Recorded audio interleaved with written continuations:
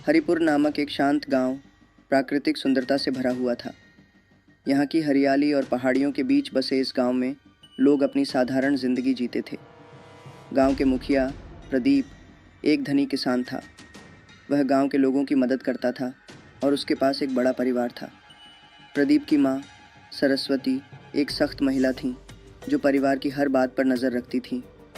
प्रदीप के छोटे भाई मोहन अपनी पढ़ाई में व्यस्त था, लेकिन उसकी आंखों में एक सपना था।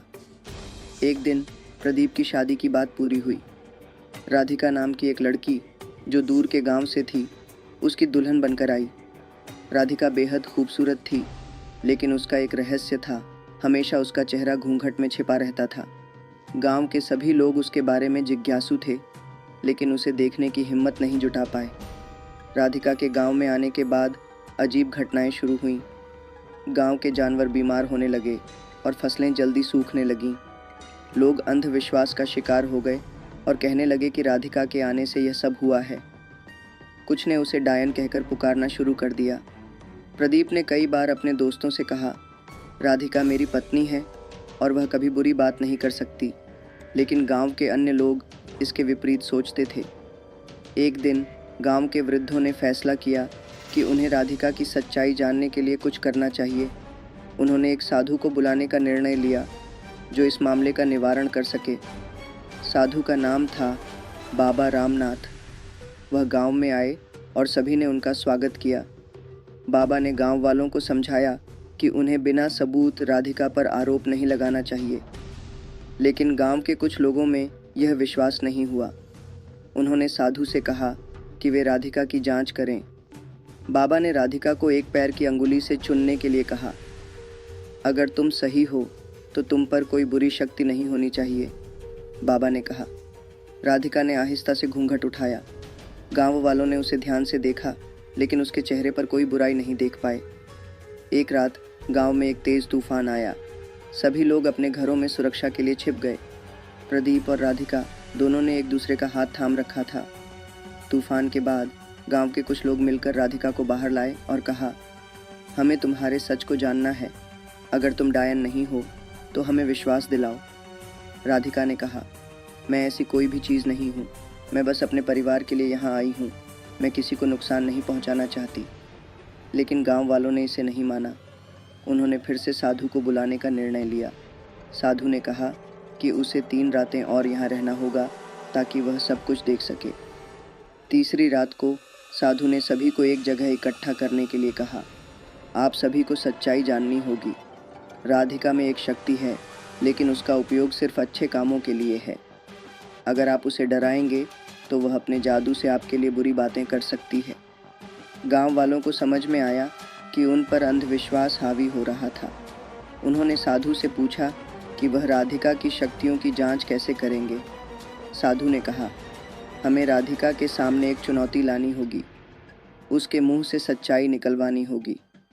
साधु ने गांव वालों को कहा कि वे राधिका से चुनौतियां पूछ सकते हैं।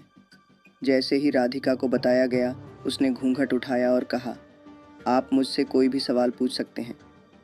गांव के सबसे बुजुर्ग व्यक्तियों में से एक ने पूछा, क्या तुम सच में डायन हो? राधिका ने कहा, नहीं, मैं केवल एक साधारण महिला हूँ, लेकिन मुझे कुछ रहस्य पता है जो मैं आप लोगों के साथ साझा नहीं कर सकती। ये सुनकर गांव वाले और अधिक नाराज़ हो गए।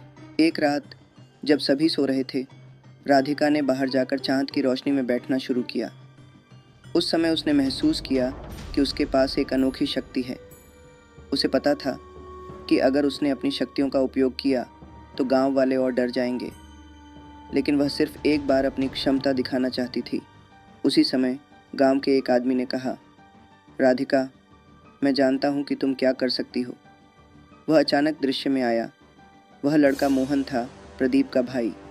मोहन ने कहा, राधिका, मैं तुमसे मदद चाहता हूँ। मुझे अपने सपनों की सच्चाई जानने की ज़रूरत है। राधिका ने मोहन की मदद करने का निर्णय लिया। उसने कहा, अगर तुम मेरा साथ दोगे तो मैं तुम्हें तुम्हारे सपनों का रहस्य बता सकती हूँ। राधिका ने मोहन को बताया कि वह उसे एक जादुई सफ़र पर ले जा सकती है। मोहन ने हाँ कहा और राधिका ने अपनी शक्तियों का उपयोग किया। उस रात मोहन ने एक अनोखा सपना देखा जिसमें उसे अपने भविष्य की झलक दिखाई दी। उसने देखा कि वह एक महान नेतृत्वकर्ता बन रहा था और गांव को खुशहाल बनाने में मदद कर रहा था। लेकिन ज्यों ही वह सपना खत्म हुआ, मोहन को यह समझ में आया कि उसे अपने परिवार के प्रति अपनी जिम्मेदारी भी निभानी होगी। यह सपना उसे प्रेरित कर गया। जब मोहन जागा तो उसने राधिका को धन्यवाद दिया, लेकिन गांव में सब कुछ सामान्य नहीं था। गांव के कुछ और लोग राधिका से और भी डरने लगे थे। उन्होंने सोचा कि अगर उन्होंने एक बार राधिका की शक्ति को महसूस किया है तो अब उनकी अगली सोच उसे समाप्त करने की होगी। एक रात गांव वालों ने एक संकल्प लिया कि उन्हें राधिका को किसी भी हाल में ख़त्म करना होगा। उन्होंने राधिका के खिलाफ साजिशें करनी शुरू कर दीं। सभी लोग राधिका की खोज में निकले और उसे पकड़ने के लिए घेराबंदी की। जब गांव वाले राधिका के घर पहुंचे तो उसे देखकर वह सन्न रह गए। राधिका ने अपनी शक्ति को दिखाया। उसकी आंखें चमकने लगीं और उसके पास जादुई रोशनी फैल गई। तुम मुझसे क्यों डरते हो? मैं केवल तुम्हारी भलाई के लिए हूँ।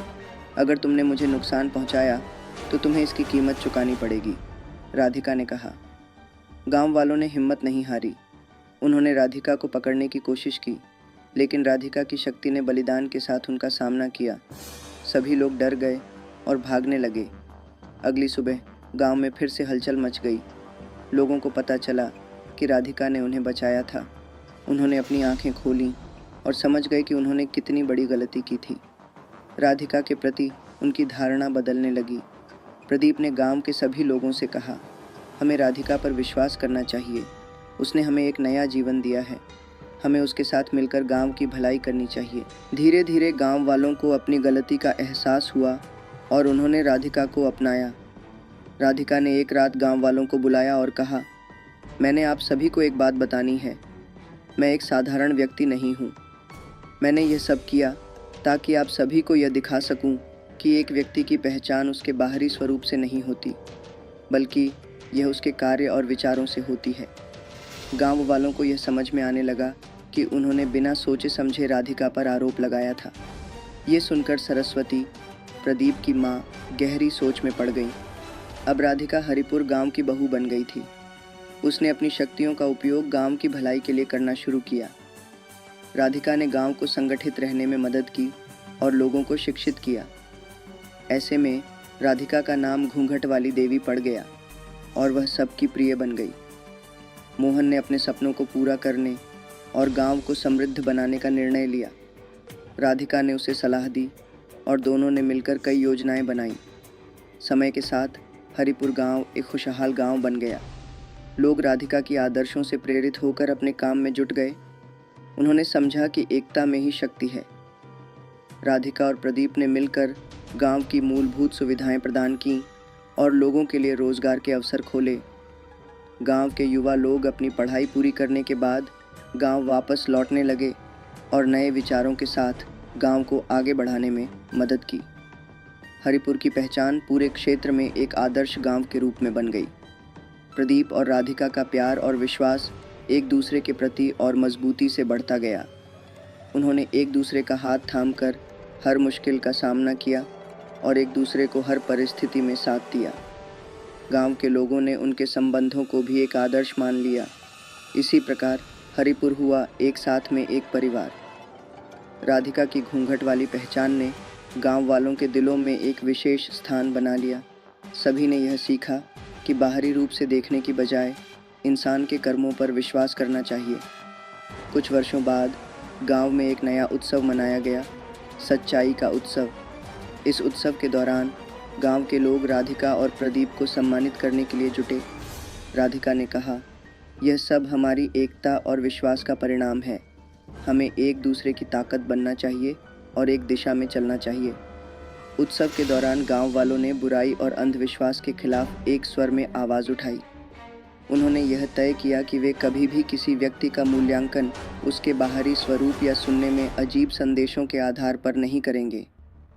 हरिपुर अब केवल एक गांव नहीं रह गया था, बल्कि यह एक आदर्श स्थल बन चुका था, जहां पर सच्चाई, प्यार और सहयोग की मिसालें पेश की जाती थीं। अंत में राधिका और प्रदीप ने अपने जीवन में नई शुरुआत की। उन्होंने न केवल अपने गांव को समृद्ध बनाया, बल्कि उन लोगों के दिलों में भी एक नई आशा जगाई जो कभी अंधविश्वास में जीते थे।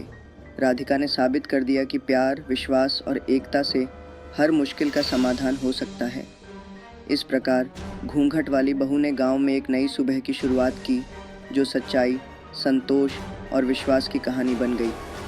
उम्मीद है कि यह विस्तार आपको पसंद आया। यदि आपको आगे और कुछ विशेष चाहिए या कोई अन्य विषय पर कहानी चाहिए तो कृपया बताएं।